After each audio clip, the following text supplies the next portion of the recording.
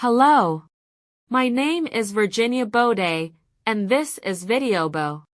This is the Stutter Pro program mode. This applies a frame stutter effect with a configurable parameter. We recommend experimenting with different values. FYI, strobe warning. I hope you enjoy it. Try it out today.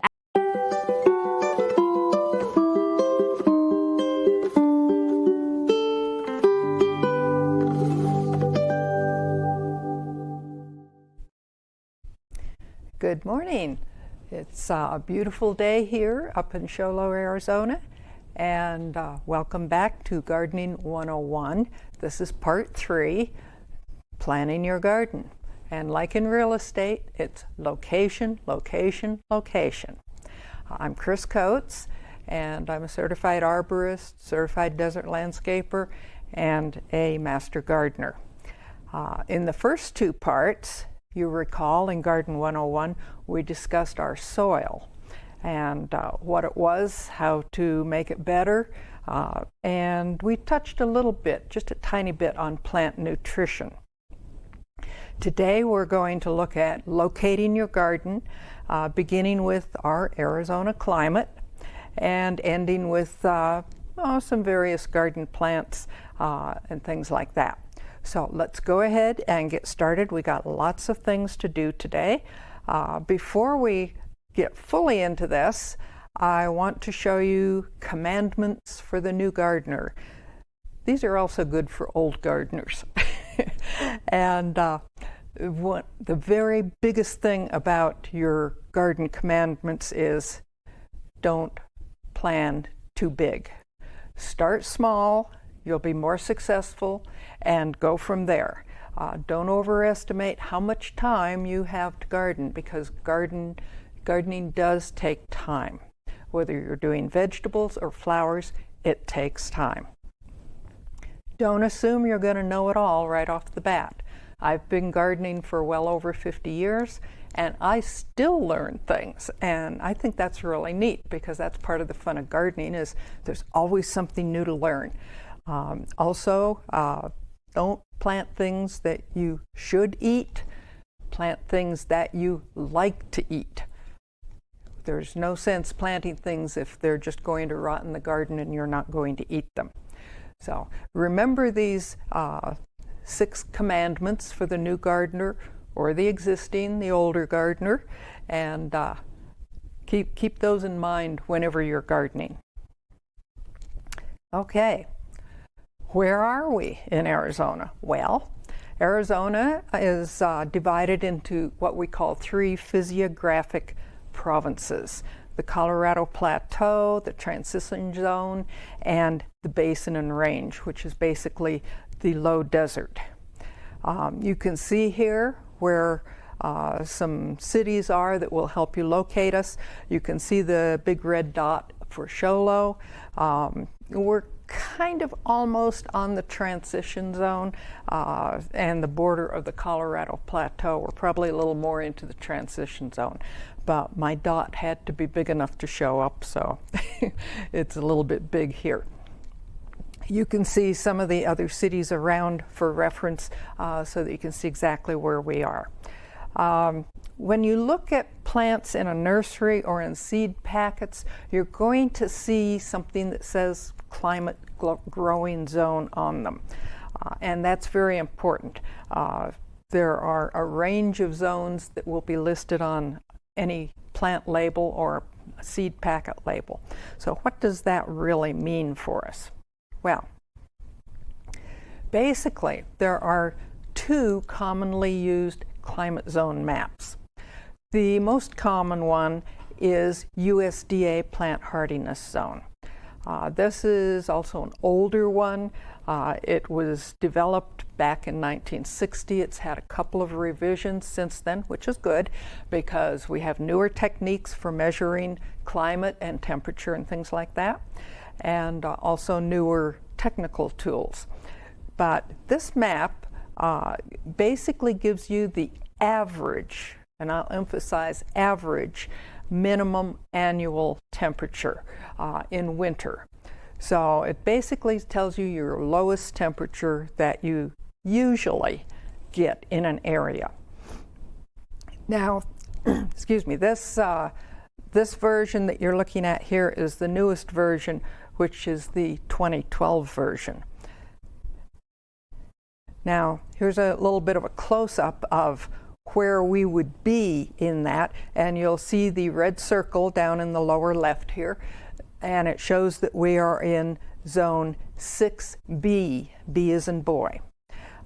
This is important for us because it doesn't really tell you how well your plant will do, but it will tell you how well your plant will survive, or whether it will or will not survive. So we are in planting zone, climate zone 6B, and that's very important. Now this varies a little bit, whether you're on a hilltop or down in a valley. And the USD map really does a pretty good job of showing garden climates, especially on the eastern half of the United States. However, we are in the western half of the United States. There are many factors besides winter lows that are important in determining how well your plants survive and hopefully thrive. So we'll go to the next one. This is the sunset climate zone map. It's not as frequently used on those plant labels and things like that, but it is a very important one. Actually, the sunset climate zone map considers a lot more than just average minimum lows. It considers several different things like latitude, the latitude that you might be in the United States. It considers things like elevation, and it considers ocean influence. Now, especially on the coast, we have a lot of ocean influence from the air and things coming in. As that air passes through the coast ranges and the Sierras, it loses some of that humidity. But even so, we get a lot of that humidity. In the middle of the country, it tends to be very dry because the middle of the country is so big, it really kind of creates its own weather. And so the East Coast, of course, has a marine influence, an ocean influence from the Atlantic Ocean. But we're interested in ocean influence from the Pacific. And what I just talked about, that continental air influence, that's in the middle of the country. Also, it takes into account whether you're on a mountain or in a valley or somewhere in between. This is important because your weather changes. The higher up you go, of course, the cooler it gets. We know that here in the White Mountains. But there are also other influences. You can be cooler on the top of a mountain and warmer down in a valley, right within the same zone. Microclimates are extremely important. These are considered on the sunset climate zone map, but they are also important for your individual house. And we're going to talk a little bit more about those later on. Here's a little close-up of the sunset zone map. And on the sunset zone map, we're in climate zone 2B, as in boy. You can see the red dot on the right side of the screen, or the red circle, which would be approximately where Schwwaaa is. This is an interesting slide I put together. Now, all of these cities are in growing zone 6B, or 2B, depending on which map you're looking at. And yet, look at the difference, particularly in the amounts of rain and snow in the middle of the screen there. This shows you the variation, even though it's the same climate zone, that can occur within a climate zone. The growing days even are somewhat different, and the earliest blooms. Pinetop Lakeside is certainly the coldest area. Snowflake and Taylor get a little lower in elevation, and so they're a little warmer. But definitely, this is just an example of how much things can change even within one zone. Now, we did mention microclimates, and these are very important. They can be things like buildings, your house, a building, an office, anything like that. It can be trees or tall shrubs. These can create a block for wind, which of course is going to then warm up the area. Hillsides, again, we talked about being on the top of the hill or the bottom of the hill.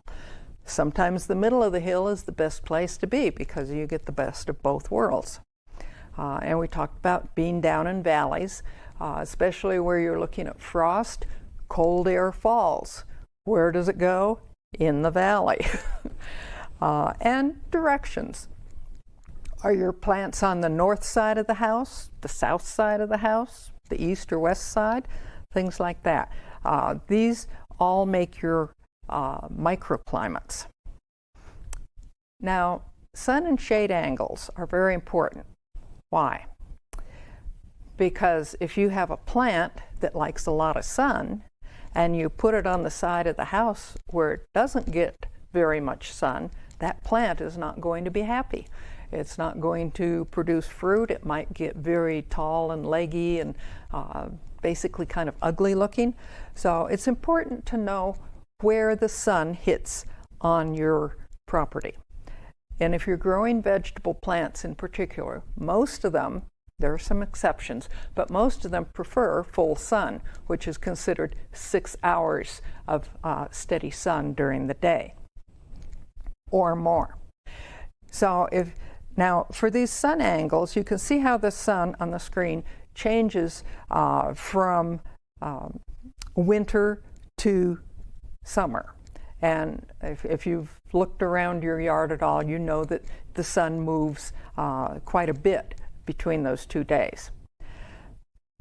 This will help you, but by knowing this about your house, it will help you to visualize where your sunny or warm areas are, where your shady and cool areas are.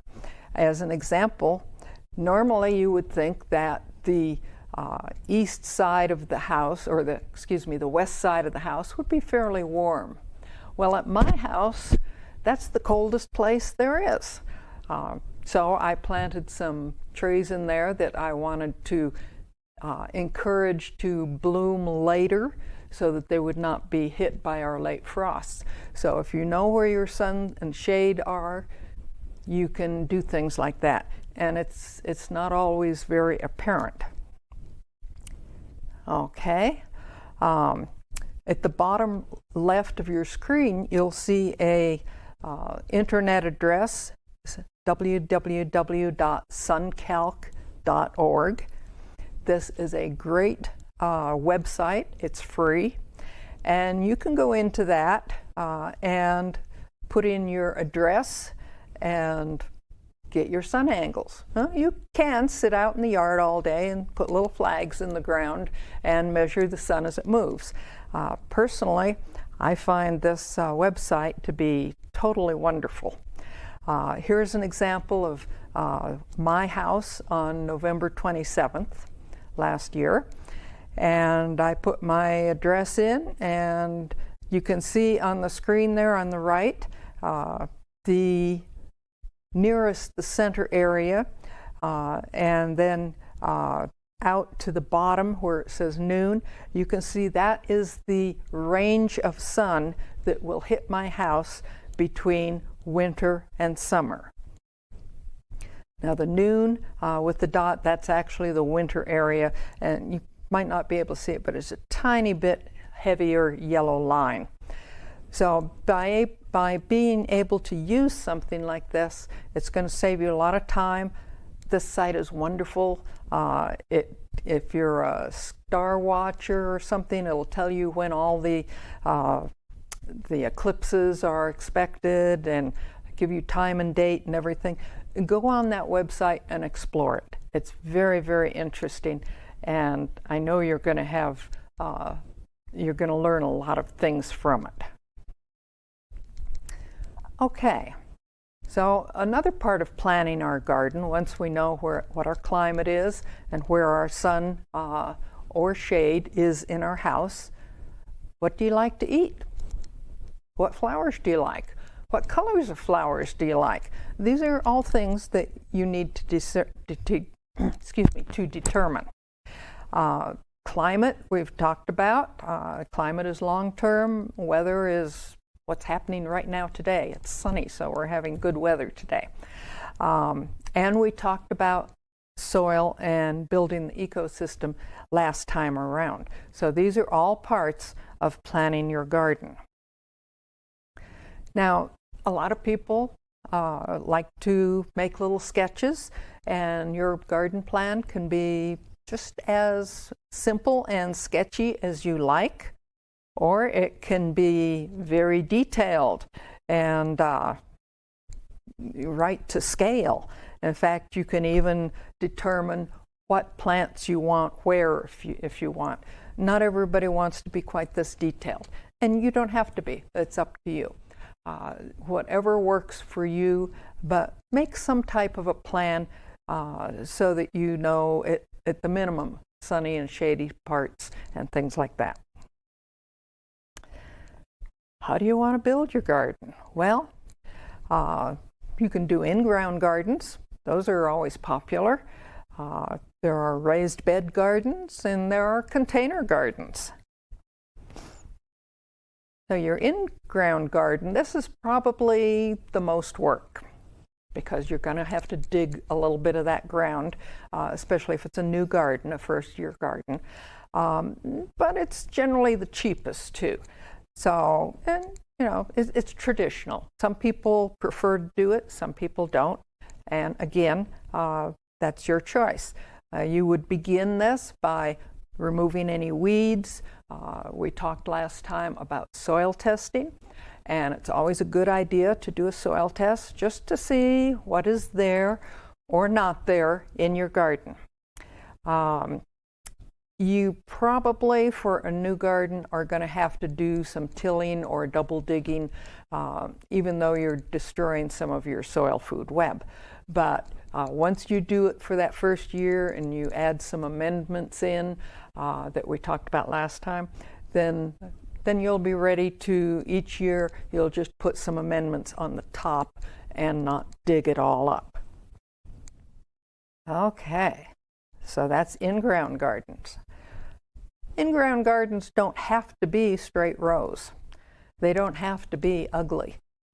You can go ahead and make it like one of these examples here. If you're out in the country and you have chickens, chickens can be very useful in a garden. But even like at the lower left of the screen, you can have a garden in your front yard if you like. You can put some little edging around it. This on the right side here, they used some old bricks. You could use rocks and things like that just to kind of define the garden beds and maybe add a little artistry to it. Raised beds, oh my heavens. Lots of people like raised beds and they can be very useful. It doesn't matter, you can make them out of the cement blocks as in the left top of the screen here. You can use wood as in the center, and on the bottom right of the screen we have them up on legs. So they're a raised bed that is up high enough for people in wheelchairs or who otherwise cannot bend or don't want to bend. Those beds are very handy like that. If you have a slope, the beds are also very handy on slopes because you in essence terrace the item. And of course you can put seats and benches around the beds and make them very comfortable and decorative. Now once the bed is formed, you fill it with soil. That doesn't mean you go out into the yard and you dig a bunch of soil up. It means you probably go to a materials seller to buy some type of composted soil or raised bed soil, they sometimes call it. You can go down to one of the big box stores and you can definitely buy bags, unless you're doing maybe just one small raised bed. That's probably the most expensive way to go. So generally you want to get this in bulk by the pickup truck load if you're doing a raised bed garden. Raised bed gardens have a couple of advantages over in soil. There's pretty much no weeds. That makes a lot of people happy. Also, they tend to warm up earlier in the spring, so you can therefore plant earlier. But you know, they are a little bit more expensive. Now here's some more examples of raised bed down at the bottom of the screen. You might be able to see that they have put hardware cloth at the bottom of this raised bed. And if you have gopher problems and things like that, if you put hardware cloth at the bottom of that raised bed, they won't come through that. They might want to and they might try, but they won't get through it. Also, you will see square foot gardening. There's been square foot gardening books for years and years and years, probably 20 years by this time. And a lot of people like that. It's a very intensive way to garden. You put your plants much closer together than you would ordinarily. And you can do square foot gardening in ground or in raised beds, either one. But you can see in the left side of the screen towards the top, they've actually made a little pattern of squares to follow as they plant their vegetables or flowers, whatever it might be in it. And on the bottom right of the screen, we're going to talk a little bit more about lasagna gardening. You can see in this raised bed, there is cardboard in the bottom of it, a fairly thick area of cardboard, several layers. And lasagna gardening is very, very popular nowadays. Other types of raised gardens, again, they don't have to be straight lines or anything. You can see there are several examples here, and you can do just about anything with a raised bed that you would like. Make it decorative, make it utilitarian, whatever you like. Now, containers, this group of containers almost verge on raised beds. They're almost kind of like a hybrid. So these are containers, but again, you can see that there are some, the one in the bottom center, a person that doesn't want to bend or is in a wheelchair would be able to use that container very nicely. Containers do have some of the similar advantages of raised bed gardening. Very few or no weeds. And they do tend to warm up quicker in the spring. Of course, they also cool off quicker in the winter and the fall. Here are some more different types of containers. Really, container gardening is only limited by your imagination. If you want to use baskets, like in the bottom center of the screen, baskets make great containers. They don't last much more than a season, maybe 2 seasons, but they look very pretty and they make good containers. If you live in an apartment, the bottom right, hey, fill that balcony with all types of flowers. Again, you would see your sun angles and how much sun you're getting on your balcony, and you would put plants in that would fit that sun. But there are all kinds of creative ways to use container gardening.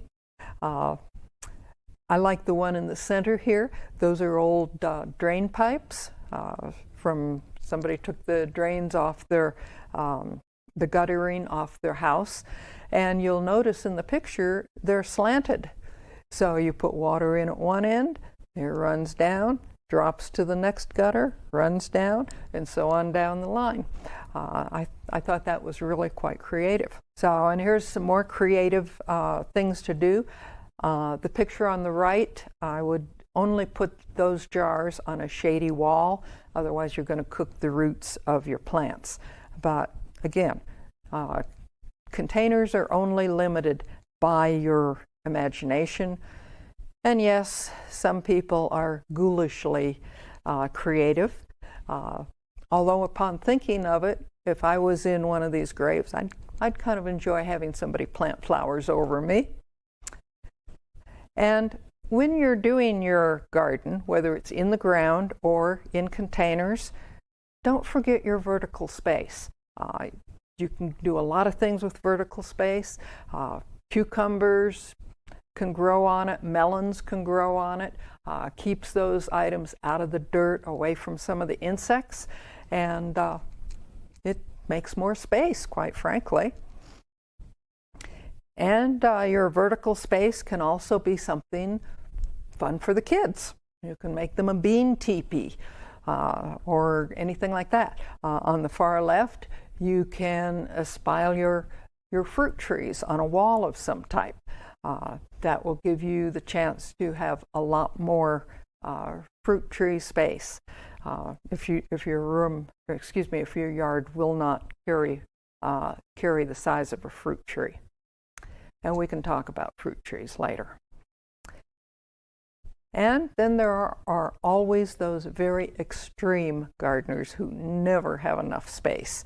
I think the guy on the left has used about every inch that he could possibly use. Okay, that's the end of part 3. Now we're going to go to Gardening 101 Part 4, and we're going to continue talking about planning your garden. We're going to take a close look at lasagna gardening and whether to choose seeds or transplants, and where to find some of those seeds and transplants. And then we'll finish with just a bit about companion planting. So thank you for tuning in, and we will see you next time.